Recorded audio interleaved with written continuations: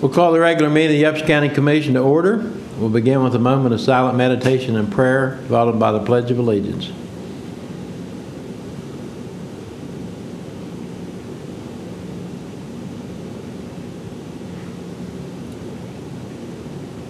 Amen.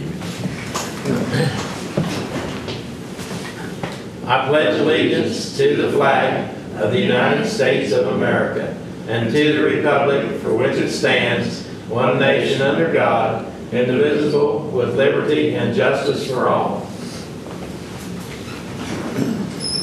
Okay, at this time we'll have the reading of the minutes of the September 6, 2012 meeting.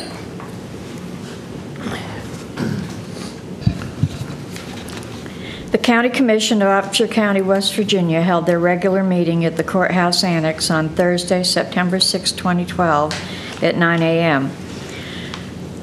Donnie Tenney called the meeting to order. There were present Donnie Tenney, Commissioner, Creed Pletcher, Commissioner, J.C. Rafferty, Commissioner, William Parker, Administrator, and Jacqueline Dinklocker, Secretary. The meeting began with a moment of silent meditation and prayer, followed by the Pledge of Allegiance. All motions passed unanimously unless otherwise stated. After reading of the minutes on motion by Creed Pletcher, seconded by J.C. Rafferty, the Commission approved the regular meeting minutes of August 30, 2012 as submitted. Mary Albaugh, Post Adjutant, Frank B. Bartlett, Post Number 7 of the American Legion, appeared before the Commission and extended an invitation to the Commission to attend the celebration of 50 years of service for American Legion members Conrad St. Clair and Eugene Suter. The event will be held on September 14, 2012 at 11 a.m. and will coincide with the 93rd anniversary of the American Legion. Ms. Albaugh read the American Legion Day Proclamation designating September 16, 2012 as the American Legion Day in Upshur County. Ms. Albaugh also reviewed the National POW/MIA Recognition Proclamation, which designates September 21, 2012 as POW/MIA Recognition Day in Upshur County, and a Day to Remember proclamation, a memorial to the victims of September 11, 2001 terrorist attacks. After discussion on motion by Creed Pletcher, seconded by J.C. Rafferty, the Commission approved and authorized the Commission to sign the proclamation. After discussion on motion by Creed Pletcher, seconded by J.C. Rafferty, the Commission approved and authorized the President to sign the software maintenance agreement with ESRI Incorporated in the amount of $6,350 for support of software used by the Upshur County Assessor's Office and the Upshur County Addressing and Mapping Office. After discussion on motion by J.C. Rafferty, seconded by Creed Pletcher, the Commission approved West Virginia Wesleyan College students Jacob Foster, Nicholas Benjes, and Leah Adams as volunteer interns for the Lewis Upshur Braxton Community Corrections Day Report Center. After discussion on motion by Creed Pletcher, seconded by J.C. Rafferty, the Commission approved the request from Patricia L. Adams, President, Central West Virginia Republican Women, to use the Courthouse Plaza area for a Take Back Our Country rally on September 15, 2012 from 10 a.m. to 1 p.m. After discussion on motion by J.C. Rafferty, second by Creed Pletcher, the Commission approved the reappointment of Carrie Wagner as board member of the Alkins Road Public Service District, as recommended by Alkins Road PSD members. Ms. Wagner's term will expire September 30, 2018. After discussion on motion by Creed Pletcher, second by J.C. Rafferty, the Commission approved the resignation of John Jenkins and the appointment of Elmer Tenney as board member of the Tenerton Public Service District to fill the unexpired term of John Jenkins as recommended by Terry Gould, manager, Tenerton PSD. Mr. Tenney's term will expire on July 31, 2015. William Parker provided a review of anonymous correspondence concerning exposed electrical cable located on the property of Middle Fork River Campground. Mr. Parker also reviewed correspondence from R. Ruth Almond complimenting the Upshur County Youth Camp and Doug Greg Woody as director. The Commission reviewed the following for your information items. Number 1, Building Permit Report, August 2012. Number 2, agendas and/or notices of meetings as listed. Number 3, meeting minutes and/or financial reports as listed. Number 4, meetings as listed. Number 5, appointments needed or upcoming as listed. The Commission approved all invoices for payment. The Commission approved all vacation orders. The Commission approved the following settlements as listed. The Commission approved the following exonerations and/or refunds as listed. The Commission approved the following consolidation of land tracts as listed. William Parker provided a review of correspondence from Robert J. Rose, county resident, to Helen Phillips, Upshur County Assessor, expressing concerns about tax/title issues. Helen Phillips, Assessor; Virgil Miller, Upshur County Sheriff; Sheila Adams, Chief Tax Deputy; and Debbie Thacker Wilfong, Upshur County Clerk, appeared before the Commission for discussion on the matter. Ms. Wilfong advised that Mr. Rose's deed does not contain all information required by West Virginia Code to consider it a legal document for recording purposes, and therefore property transfer for tax listing cannot be completed. After discussion, the Commission requested requested Helen Phillips to follow up with Mr. Rose and send him and the West Virginia Tax Commissioner a certified letter stating the reasons for not listing the property in question in Mr. Rose's name. Stephen Linger, E911 Communications Center Director, appeared before the Commission, requested to meet an executive session to review background information concerning part-time employees authorized to begin work on September 16, 2012. At 11 a.m., the Commission entered into executive session per West Virginia Code 6-9A-4. Present were Donnie Tenney, Creed Pletcher, J.C. Rafferty, William Parker, and Stephen Linger. The Commission returned to open session at 11:30 a.m. No decisions were made in executive session. The Commission recessed at 11:30 a.m. The Commission reconvened at 1:30 p.m. The Commission reviewed the Union District property tax books for consideration in determining a need for the establishment of the Upshur County Appraisal Assessment Advisory Board. The Commission will follow up at a future meeting. With no further business, on motion by J.C. Rafferty, second by Donnie Tenney, the Commission meeting adjourned at 2:30 p.m. Thank you, Jackie. Are there any corrections or additions to the minutes as read? If not, I'll ask for a motion to be approved and such. So moved. I'll second that motion. All in favor say aye. Aye. Opposed, same sign. Motion carried. Okay, it's 9:15, and we have representatives from Windemar Incorporated, request for variance from Upshur County floodplain ordinance. Step right up to the podium, gentlemen.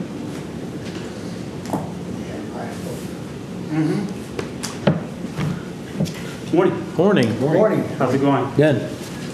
We do have, good morning, JC's participating, he's just out of town, so he's on a speakerphone, so. Oh, okay. All right. I can hear that well, so thank you. I'll second the motion to accept that. All right. Have already been done. If you gentlemen want to have a seat there, since you have documents, our microphones will pick you up, the cameras will just have your back, so. Give you some info. Okay, let me, you have one of these? I assume you do not. We do. It's included in your report, I do believe. I made copies of the report, Okay. and it's in there. Thank you.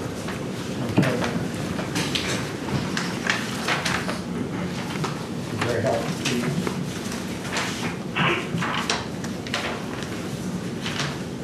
You go, Mr. Tenney. Thank you, sir.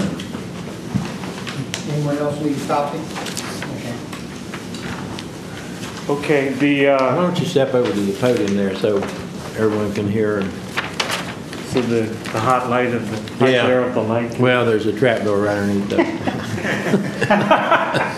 Mighty kind of you. There you go. All right, can you hear me? Sure. Okay, so the Upshur County flood ordinance and the flood zone FEMA is the issue. And so we're trying to do fill out at Windemar, which is at Finks Run Road and 33. Do I need to, are you aware? I think we're Okay. very familiar where that is. Okay, good. And so the flood zone of FEMA shows it dipping in there. We were unaware of that when we started filling out there. And then, and Norwind's development, which is Tim and Tom Shaw, and so you know them, right? They're outstanding builders, which should give a bit of confidence to you to the type of work that's being done out there. And so we found we had a DEP permit, and give you that if there's any question, that expires in December, so we need to get going. The DEP permit states that we can move 2 acres of fill into that area, and that expires December 4th or something like that.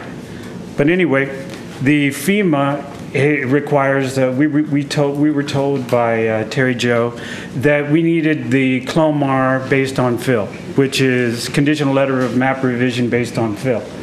And it says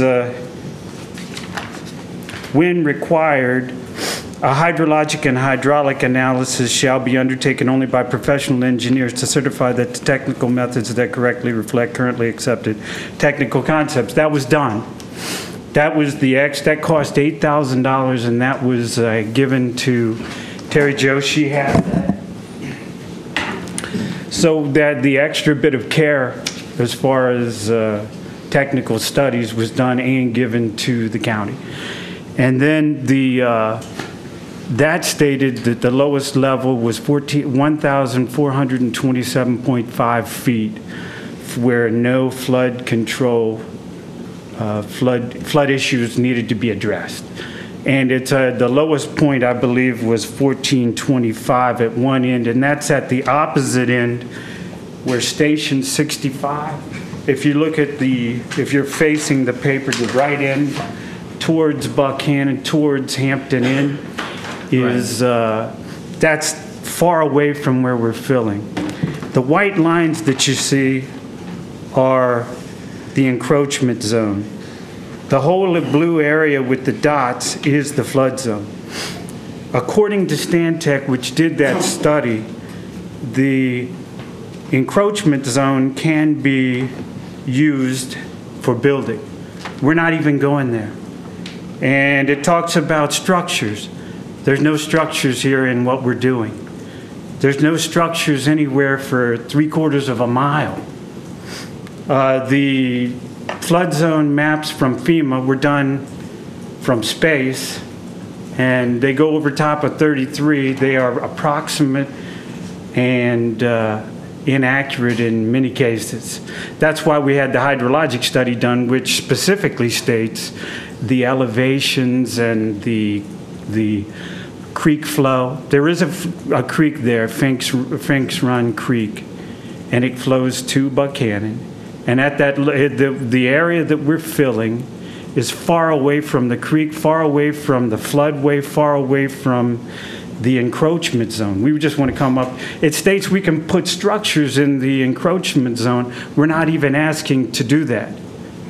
And so we're just doing a fill project that was done, that was permitted by DEP, that's being done by highly qualified individuals.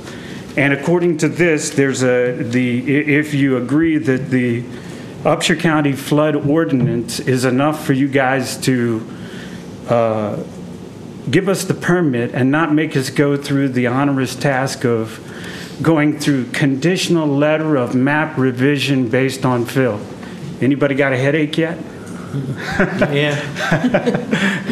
You know, that's just a sample of the amount of bureaucracy that we'll have to go through, that you guys are able of mitigating by going ahead and giving us this permit, because it says all fill placed in the floodplain areas shall meet or exceed the following standards, and that's the Upshur County flood ordinance. This is your ordinance that it's stating there. Not adversely affect adjacent properties. There's no one. Hampton Inn is 3/4 of a mile away. In the other direction, I don't even know how far it is. It's further than that. And then the highway is one border. There's no buildings anywhere there. So structures causes an extra level of care, and there's no structures. Unacceptable increases in flood heights. I doubt that this will increase the flood height 1 inch, probably 0, because the creek is already there. We're not even going to be touching the creek.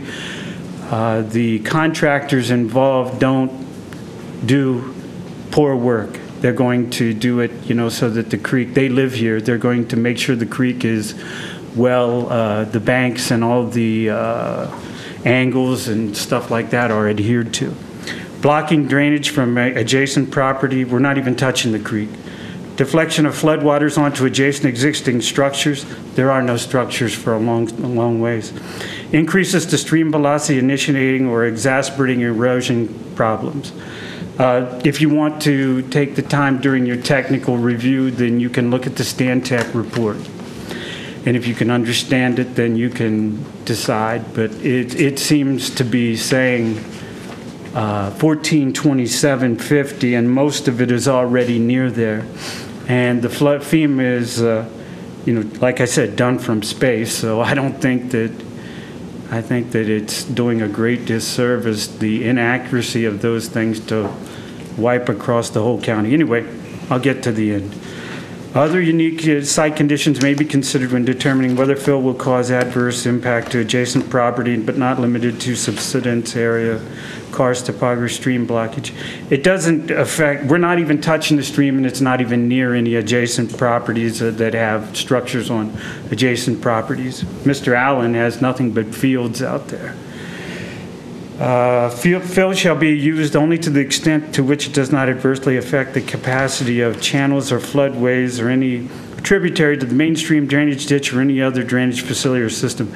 We are not even going near that. We're not touching the floodway. We're not touching the creek. We're not touching the encroachment zone. Fill site must be contoured to drain properly. It will be. There will be no ponding, and the Shaw brothers do excellent work. Fill shall extend beyond a structure. This is for structures, so that doesn't matter. At grade access with fill extending laterally 15 feet, that's for structures also. Fill shall consist of soil or rock material only. It's being taken from the side of the hill. There's no hay or trash or anything like that. And fill shall be compacted to provide the necessary stability to resist erosion. So the best way to compact things is time.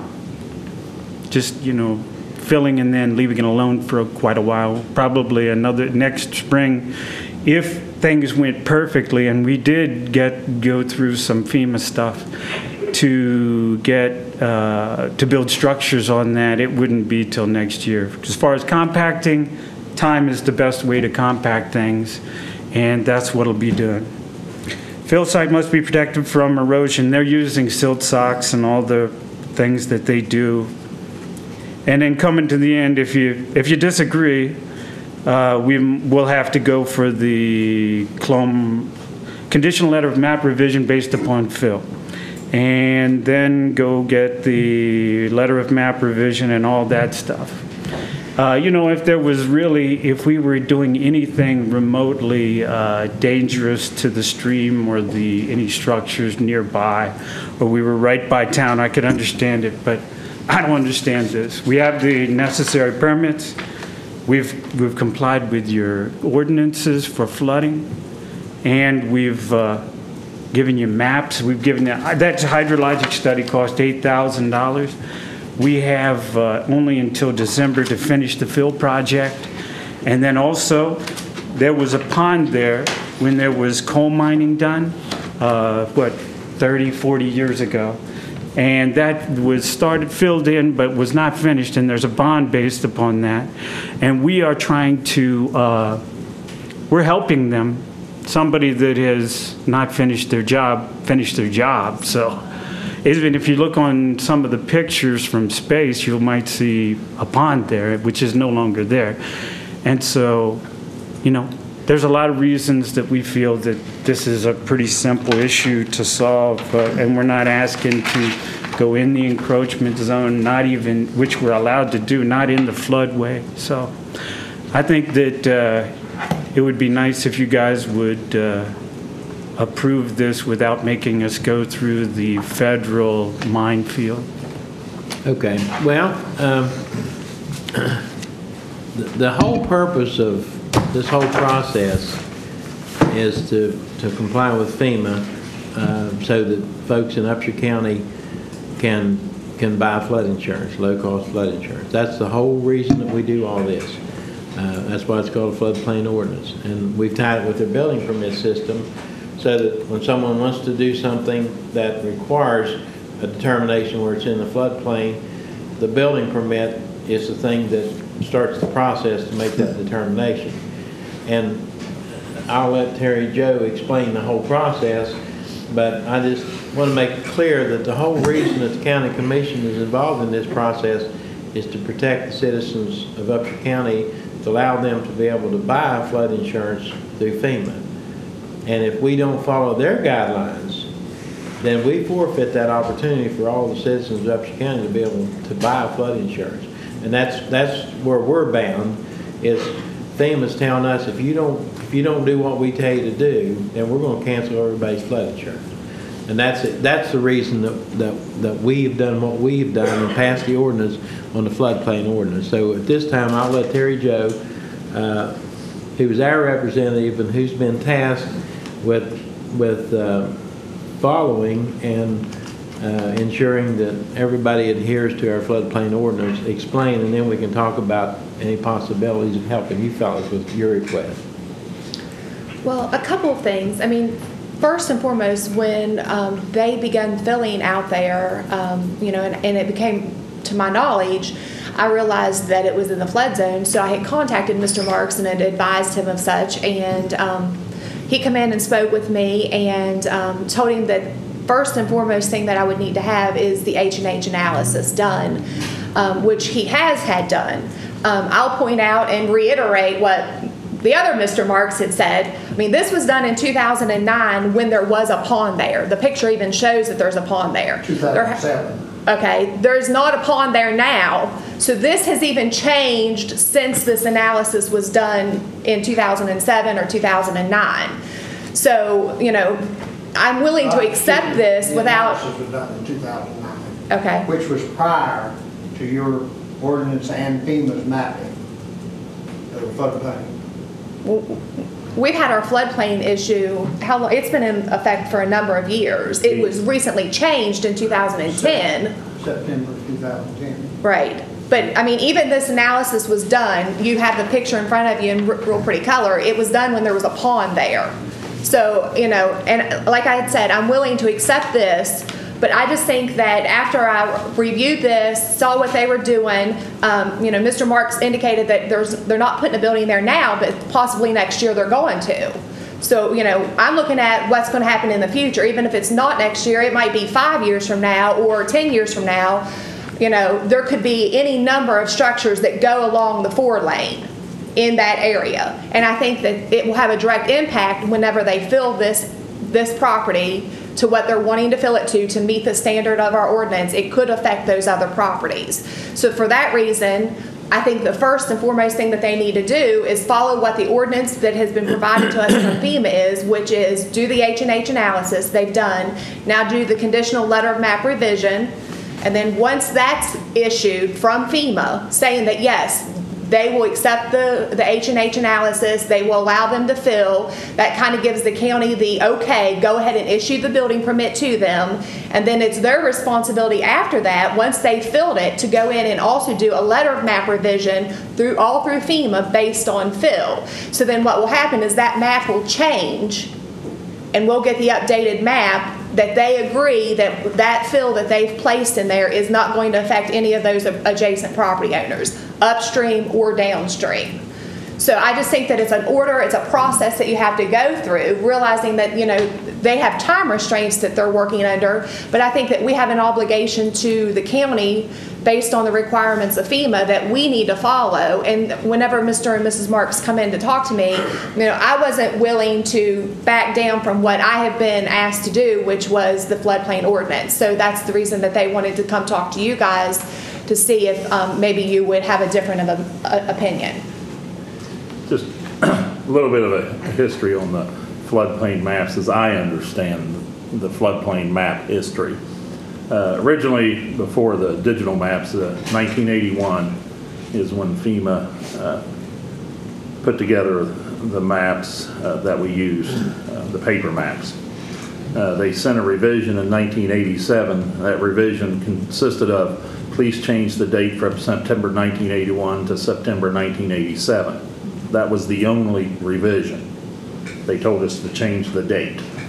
Of course, in 81, that was before the 4-lane was even constructed. So there's been many things that have changed since the base information for Upshur County was gathered. And when the digital maps were made, they did not do restudies. They basically took the paper maps and converted them to a digital format, is my understanding, to the best proximity they could. Are the maps correct in all cases? Definitely not. We just had a situation at Hodgesville where the school was doing some electrical work, and the school showed in the floodplain. The school system had to go through the letter of map amendment process. They weren't real happy about that, but to do electrical work in a floodplain, they would have had to put the outlets 13 feet high above the ceiling, basically, which wasn't too practical. And there are a lot of problems in Hodgesville area with the floodplain maps. But they went through the process. We just received that earlier this week from FEMA, where they took the building out of the floodplain. Excuse me, could I interrupt? How long did that take? They applied, I think, sometime in June, and then FEMA had submitted to them that they needed to actually get a copy of their elevation certificate, because when the Board of Ed originally submitted that, they did not also include the elevation certificate. So once that was issued, that was just about 2 weeks ago, Yeah. 3 weeks ago maybe, and then we got the letter this week. Would the H&H serve as that purpose then? As It should. I mean, has that the it'll be the elevation decision of information. FEMA. Yeah. We can't speak for FEMA. There may be some bureaucrat down there like me that looks for a piece of paper and doesn't see that particular form with a number in the bottom left corner. That's happened before. But, the hydrology and hydraulics analysis, should answer the FEMA questions they have. And, it's our interpretation, when I say our, I'm Mrs. Bennett and myself, the intent of the FEMA ordinance, the intent for FEMA is to regulate development fill within the floodplain areas. It's clearly in the floodplain areas according to the maps. I'm not saying it's floods there necessarily, but according to the maps, it's in the floodplain area. If that's in the floodplain area, then for fill, you have to do a hydraulics and hydrology analysis, which they've done, and those are not cheap. Other people have done those. And then once that is complete, our understanding is then the next process is then we notify the applicant to do the conditional letter of map amendment based on fill. That's when it talks about when. We're interpreting that, and to me, that's the next step in the process. So when the hydraulics and hydrology analysis is completed and that's reviewed and satisfactory, then the next step is the conditional letter of map amendment, sufficient cause determination that failure to grant the appeal would result in exceptional hardship to the applicant, and determination that granting of appeal will not result in increased flood heights, additional threats to public safety, extraordinary public expense, create nuisance, cause fraud, or victimization of the public, or conflict with existing local laws or ordinances. And number 2, an affirmative decision shall be issued only upon determination that it is the minimum necessary, considering the flood hazard, to afford relief. Financial hardship as the sole criteria shall not be considered sufficient justification to grant an appeal. Number 3, an affirmative decision shall be issued for the repair or rehabilitation of historic structures up and on determination. That's not the case here, is the historic structures. And the appeals board shall notify the applicant in writing over the signature based on the decision there, and then maintaining a record for that. But I understand the frustration with FEMA. We deal with it every day.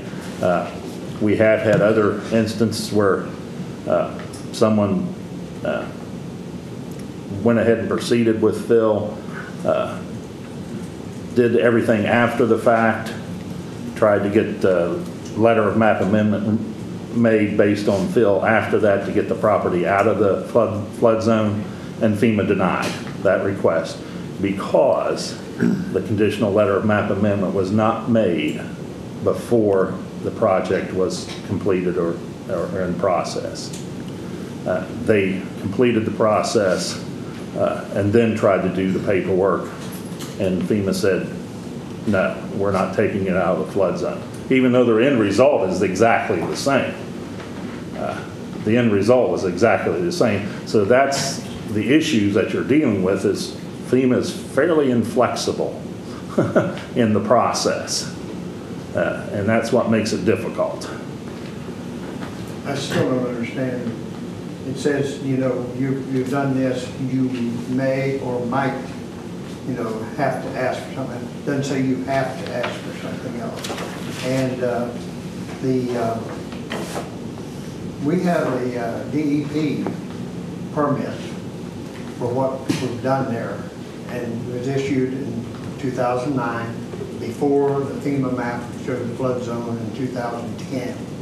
So, you know, we have that. We also still have the DEP permit for filling in where the old pond was from the coal company. Is that what the DEP permits for, to fill in the pond? Is that the purpose of it? Well, the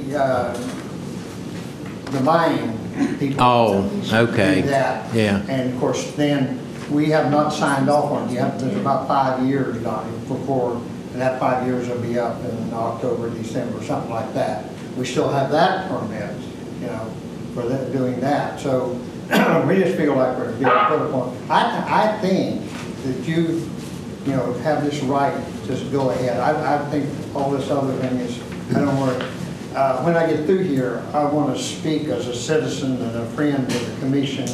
Has something to do with this, but nothing to do with Windbar, so if you don't mind. Well, the problem is that if we were to say, okay, you don't have to get the conditional letter of amendment, and then what happens there, then FEMA looks at it and says, okay, you're not in the floodplain, and then they get you a letter of map amendment. Okay, let's say that we say, as in the case that Willie just pointed out, that we say, okay, we're not going to worry about getting that, and you go ahead and fill it, and you go ahead and build it, and then FEMA says, you're in floodplain, you're out of compliance with FEMA, and they could fine you. Then we're not doing you any justice, huh? Do you not have the authority to do that? No. See, we're bound by FEMA. All we are is we're just like a law enforcement officer.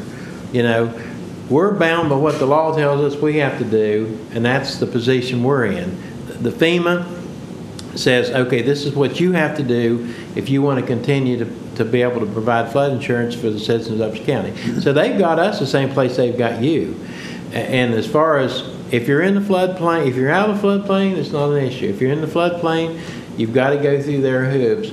And I agree. You know, what they should do, what the government should do, they should come back in and they should redo these maps correctly. That's what I was going to say. Right. As a citizen. Right. They have it going across the highway, They have it so. going. Oh, I know. Well, We've requested a restudy of that area, of the Quarter H area, as well as the Hodgesville area. We are way down FEMA's list for restudying areas. I mean, they basically said that, you know, you are not a priority because of other areas of the country and whatever the case may be. And that's what, I mean, that's what, you know, even the hydrology report, which you gentlemen have a copy of, has the copy of the 1981 map in it before the 4-lane, you know, was constructed, you know, completed through that area. And it shows in the flood zone in 1981, the project area is in the flood zone as of the 81 map. So, and the most recent change in 2010 was the ordinance itself. The hydrology report that you have has the 2009, the ordinance that was in effect in 2009 is included in that hydrology and hydraulics report. And then in 2010, again, based on FEMA requirements, every county, if they're participating, not say every, any county that participates and wants to maintain their eligibility in the National Flood Insurance Program had to revise their ordinance, and some are still doing that as we speak. I think Harrison County being one, to come into the up-to-date requirements with FEMA. And I understand from a citizen standpoint where, you know, you get your permits through DEP or other governmental agencies, and then all of a sudden you find out, well, I'm not done with the permits, and it's frustrating. You know, we have for natural gas drilling, we have some of the same issues. You know, they're regulated by the, you know, Oil and Gas Division and DEP, but they're also regulated by the FEMA floodplain ordinance. So they're also, you know, need to get a permit for, you know, a drilling site. And we're having issues with that, and we're working, and now we're receiving those, or in the process, many people are receiving those. So I understand the frustration.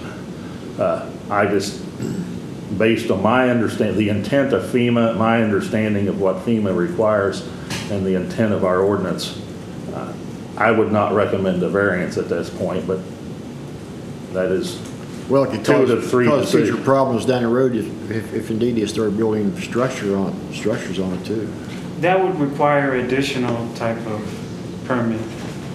We're just talking about some fill that does not even come into the encroachment zone. Well, but the problem is, if the FEMA map says it's in the floodplain, whether it is or not, then the only process, and we've got individuals that have mortgages and maybe have remortgaged or something's happened, you know how they buy and sell mortgages all the time. All of a sudden they get a letter saying, you're in the floodplain. And they have to spend $1,500 to get a surveyor to come out and do an elevation certificate to prove that they're not.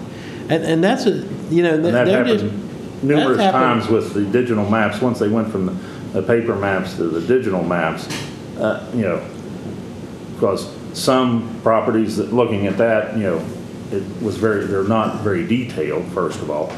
And it was hard to make a determination if it was on the edge of whether it was or was not in the floodplain. And once some people came into the floodplain, a few went out, but numerous people have had to do exactly what pay the money to Commissioner Kenny's prove talking about. because FEMA won't do it. Then the individuals have to do it. Otherwise, they don't get a mortgage or they can't get flood insurance. So, and you know, as Willie said, I The mean, structures where we're putting this, there's not going to be structures in the floodway. well, the We've problem only gotten is, the permit, so it sounds like you had your mind made up before we even came in. well, our mind is made up based on what FEMA's floodplain says. That's all we can go by. Right or wrong, that's all we can go by, you know. And the problem It is, sounds like that when directed to do so, it may require, these things indicate that you guys have the ability to approve this. And we're not talking about Right. any structures even. right, well, the problem is, you know, whether they give you the flexibility or not, the county commission, the problem is that it could cause you all problems down the road. And the first thing. The second thing is it's definitely would cause problems for people that get flood insurance now.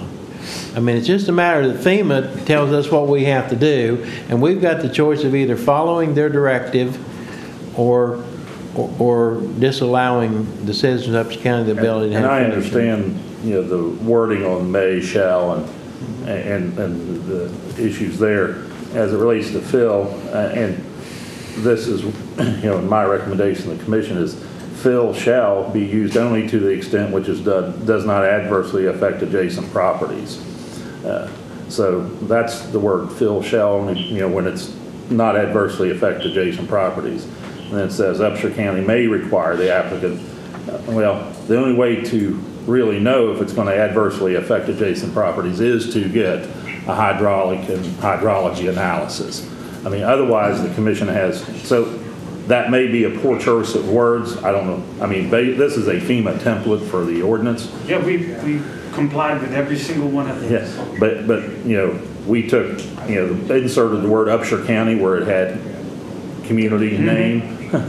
And why they used may there, you know, not a good choice of words. Well, they were trying to give you the ability to use common sense. And, I understand, but push us into a bureaucratic drowning. But that first sentence says that fill shall be only used to the extent to which does not adversely affect adjacent properties.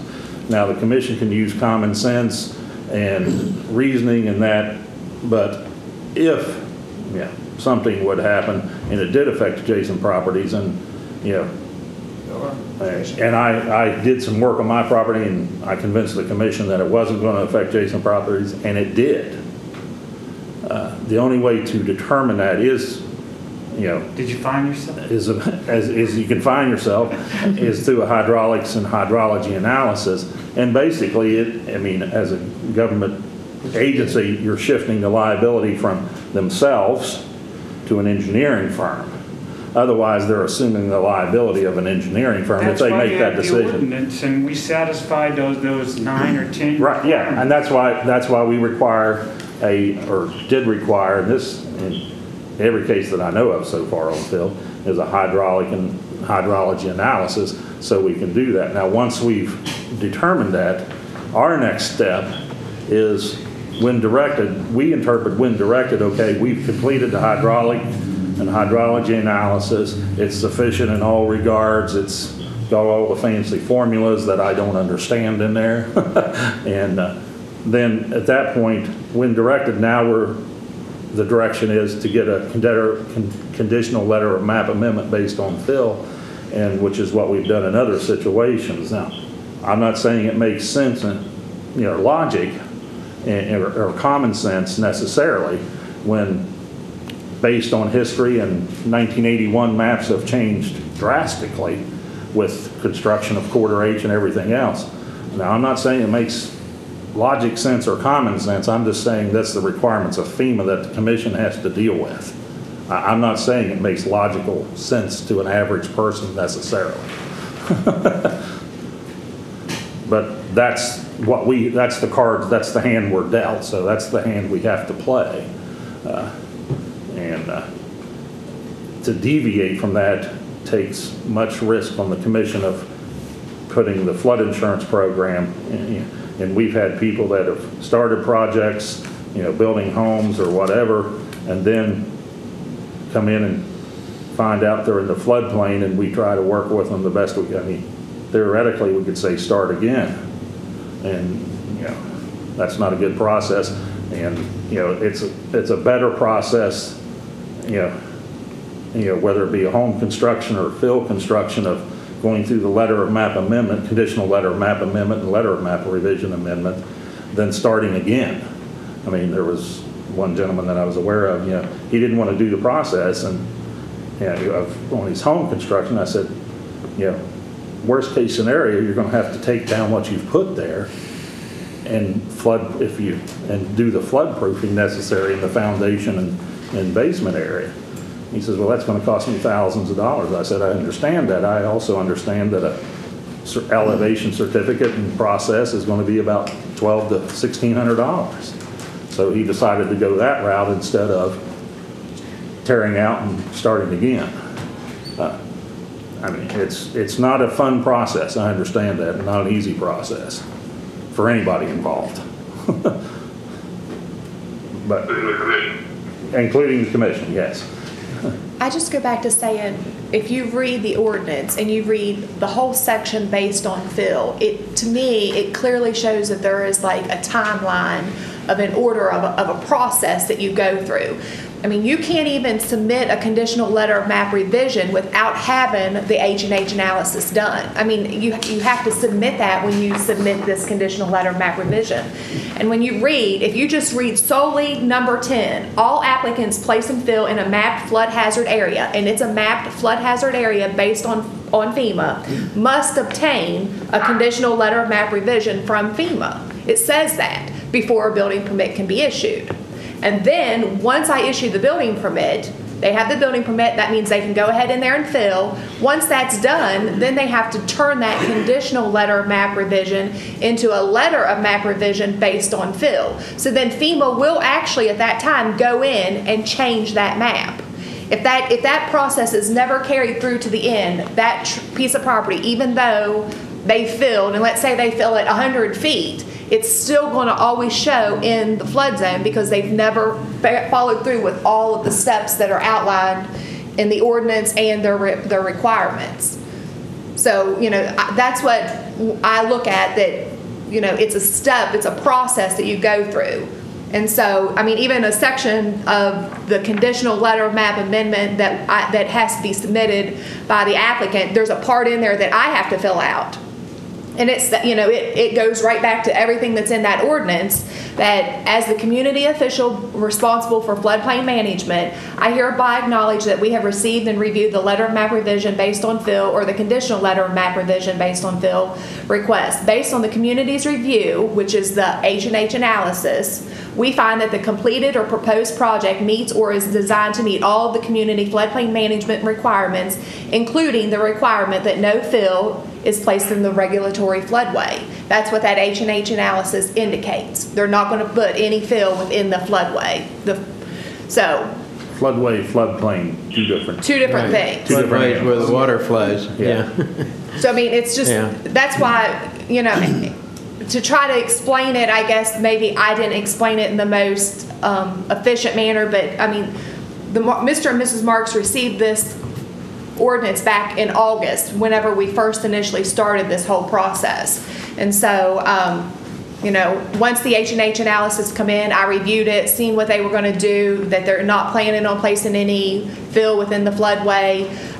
So then I sent the letter to them and advised them at that time that they would need to do the conditional letter of map revision as the next process to this procedure.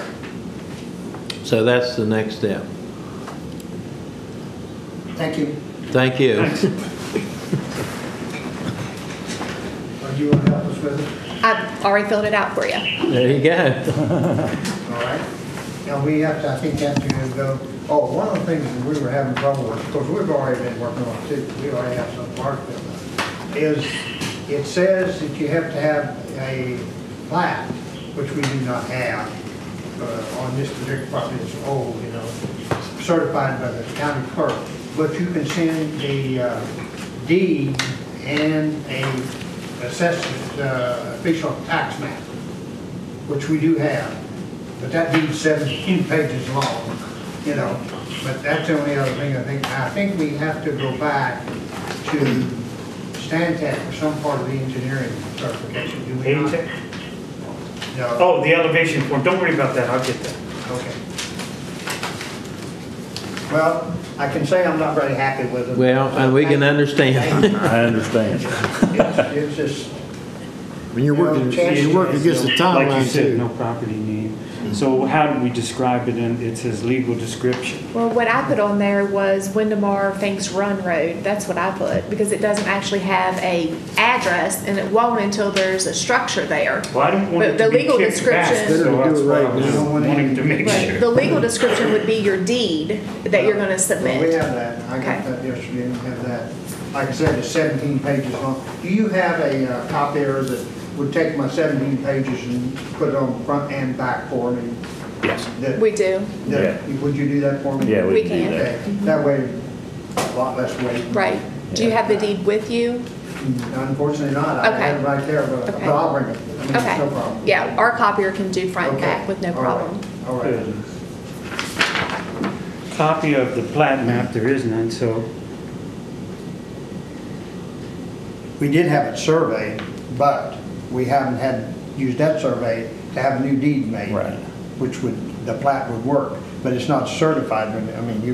He showed it to you there a while ago. All right. Okay, well, Terry Jo will help you get all your stuff so we can keep the process moving so you can get your work done. Okay. Thank you now. Hasta la vista. Okay. Okay, we have just on time, we have Micah Harris, Program Director for Lewis, Upshur, Braxton Community Corrections. And you've got some employee procedures. Is that theirs? That may be. Good morning. Good morning. All right, Twyla has turned in her resignation, Okay.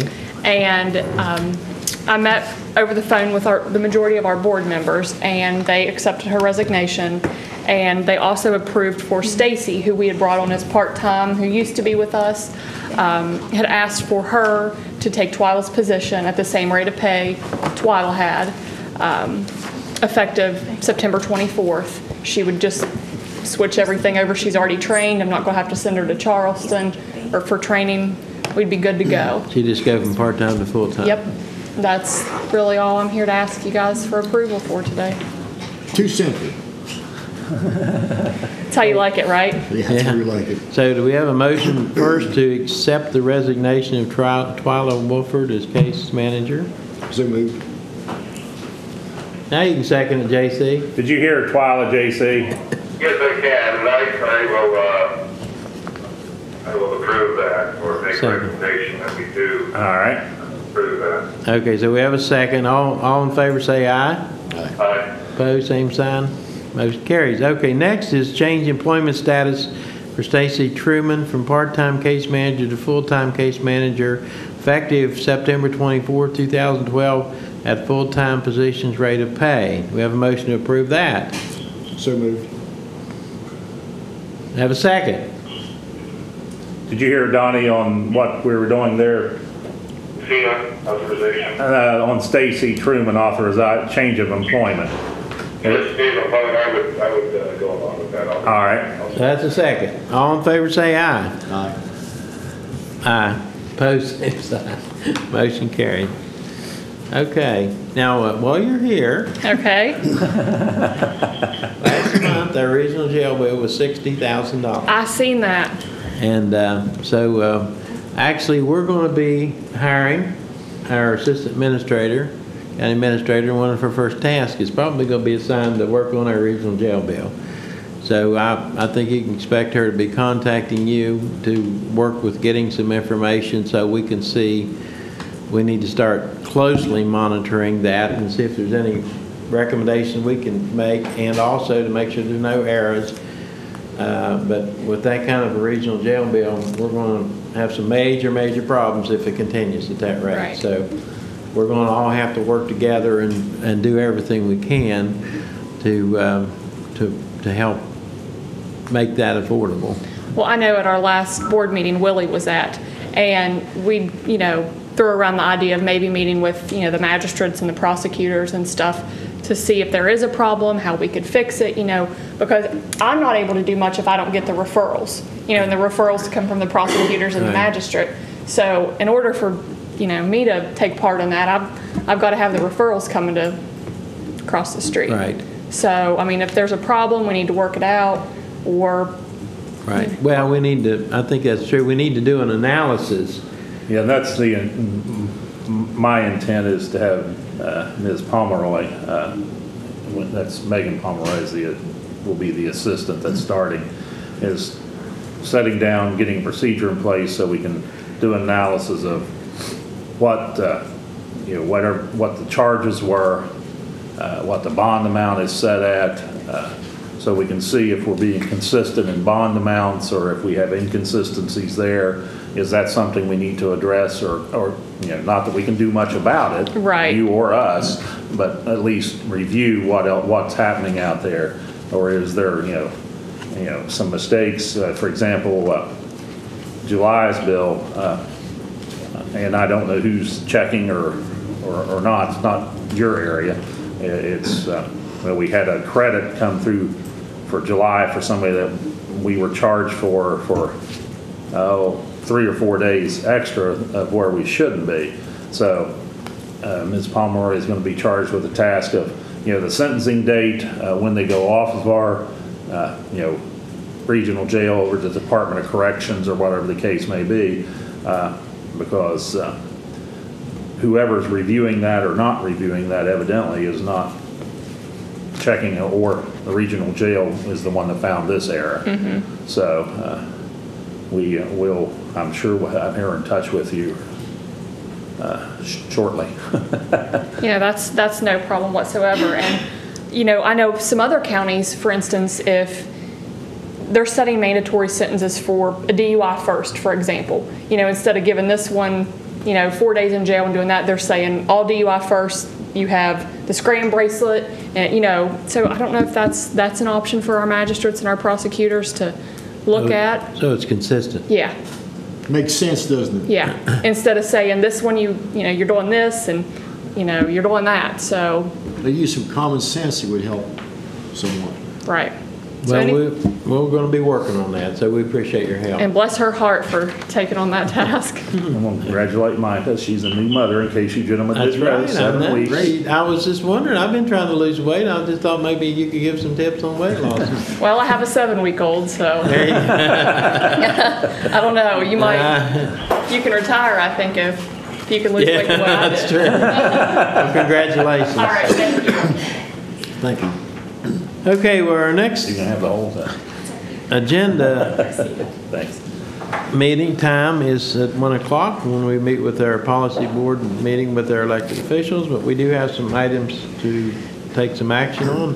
First is to authorize the president to sign FEMA documentation regarding requests for public assistance reimbursement. On the FEMA public assistance, I've put together the packet. I think I've got everything they want. Again, this is FEMA work, so it's very detailed. What was it, Wally, what was the total amount? Did you have? $10,727.03 is what our request is. That's $10,727.03. Just over $5,500 of that was overtime, is all they pay for is overtime. Just over $4,000 was the equipment charges for pickups and generator usage. They have an hourly rate that you charge instead of charging for fuel, and it's, right, wrong, or different. We end up receiving more federal tax dollars as a result of this by that hourly rate. And then materials just under $1,150 for a total of $10,727.03. And No, that's just the counties. that's just the counties, yes. And it's, and we'll have to congratulate Jim Farrell on this. He did a lot of the work, and I thought I was in a situation, but he sent a spreadsheet. Because for the equipment, you have to show the day that you used it as well as the hours on that day for He FEMA. did gentleman's work in putting all that information together for the response to FEMA. Yes, he did. And then pulling the payroll records from Ms. Smith. So those two individuals did a lot of the, background work, and I compiled it. And so hopefully we've got everything that FEMA wants, and it would be ready for the commission to authorize the president's signature. Okay, do we have a motion? The president be authorized to sign Is that a motion? that documentation. Is that a motion? Second. Second. All in favor, say aye. Aye. He say aye. He did. Opposed, same sign, motion carried. Approve volunteer intern for Lewis Upshur Braxton Community Corrections Report Center, Rebecca Wilkinson. There's another intern from Wesleyan that's working with Ms. Harris on the community corrections program. That's good. Do we have a motion to approve? So moved. Second? Second? Yeah, any questions on that, JC? No, I would make that motion. All right. Yep, too Go late. ahead and turn for this. Second. All in favor, say aye. Aye. Aye, opposed, same sign, motion carried. Next is authorize president to sign cooperative grant agreement with Volunteer West Virginia regarding a $1,000 grant for Upshur County Citizens Corps Council. $1,000 for the Citizens Corps grant must be spent between now and November the 30th, so they've got a pretty quick turnaround on on the expenditure of this funds. I assume they already know what they're going to spend on probably. I do imagine. I don't know. The grant doesn't have an outline of, the grant is one page, what you have in your packet. And I didn't see what, specifics on the expenditure, but it's $1,000 for their, I think a lot will be used for the tax. yeah, it's equipment or materials Right. is what it'll be used for. That I am aware of. Okay, we have a motion to approve that, authorize the president to sign it. JC, do you have any questions on that, or? No, I will second that. I think I heard Creed make a motion. Yes, that'll be fine. Yeah, he did. Agreed. All in favor, say aye. Aye. All right. Opposed, same sign, motion carried. Next item, approval of poll workers and alternates for 2012 general election. The topics on your agenda, I have the request that was brought over from the office of the county clerk this morning. I have that by precinct and names by party, so it's here if anybody would like to see it. If not, it would be ready for approval and authorization. Motion to approve. So moved. Second? I'll make that motion. I'll second it. All right. You're broken in there a little bit. All in favor, say aye. Aye. Aye. Motion Aye. carried. Okay, and that looks like, for now, the decisions. We have reports from Com Center. Yeah, the only other items you have are the Upshur County Communication Center reports, home confinement report, agendas, and meetings, and appointments upcoming is what you have, and unless you gentlemen will have other items at this point. I don't have anything else. You agree? No. One thing, a couple of items that I would have, the commission, to my knowledge, I haven't checked with Mr. Gaudet this morning. To my knowledge, there's been no appeal filed in the David Taylor, Michael Kelly case that I'm aware of. And as we discussed last week, or I discussed with somebody, maybe Ms. Wilfong, the ballots. Did you gentlemen have any problem with our ballot? Because they're waiting on the printing of our ballots until they get a okay from. I'm aware of no appeal as well. So. My inquiries. No, I think it would be appeal, it would be done very quickly because I think the law says 30 days, but if you wait that long, you're not going to be on the ballot anyway, so I think if... Well, their ballots are supposedly to be delivered by the 21st because they have to start sending absentee ballots out. So I'll get a hold of Ms. Wilfong here after when we take a break and let her know the commission has no problem with that. Right. The other item is a direct deposit where a process is changing for direct deposit, and she had not arrived yet. Ms. Broadwater from Software Systems is going to be here today to go through the changes that are coming about and hopefully streamlining and it'll be an improvement for our payroll system. But one thing we need to talk about this afternoon and upcoming weeks is possibly making direct deposit a mandatory function. There will be some that may not appreciate that or want that. The vast majority of our employees are on direct deposit. We're getting down now so low and Ms. Smith has to run 4 different payrolls right now. Most different places, types of payrolls. Most places today don't even give you the option. It's just direct deposit. Yeah, we have to run an hourly check run for the few that want checks, an hourly direct deposit, a salary On both of them. on both of them. So we have 4, and we were a little hesitant in the past because of the process through our banking institution for our seasonal workers, and this is what Ms. Broadwater will be able to explain in more detail. It was going to require more work during that time period, but it's our understanding now that process is going to be much simplified. You'll just be able to carry forward from one week to the next and not have to input people in and out of the banking systems. So even our seasonal employees will be able to be direct deposit very easily.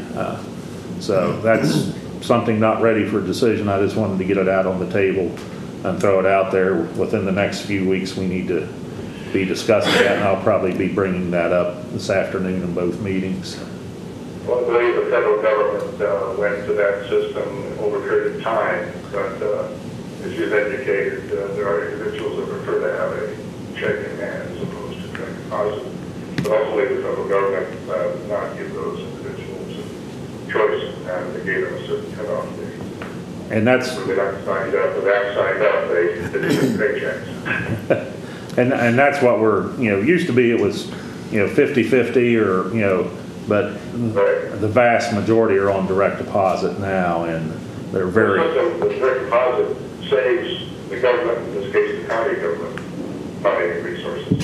Removes the burden from their step, the bookkeeper, and it does not, to my knowledge, other than, it does not inconvenience the individual receiving the funding. yeah, because, usually the first thing you do with your check when you get it is take it to the bank. Hide some money. Like you said before, many things, change is difficult. Yeah, change is difficult, so. But those are the two items I would have, that's to my knowledge, and then we have some paperwork here to take care of. Okay, we'll start on our paperwork.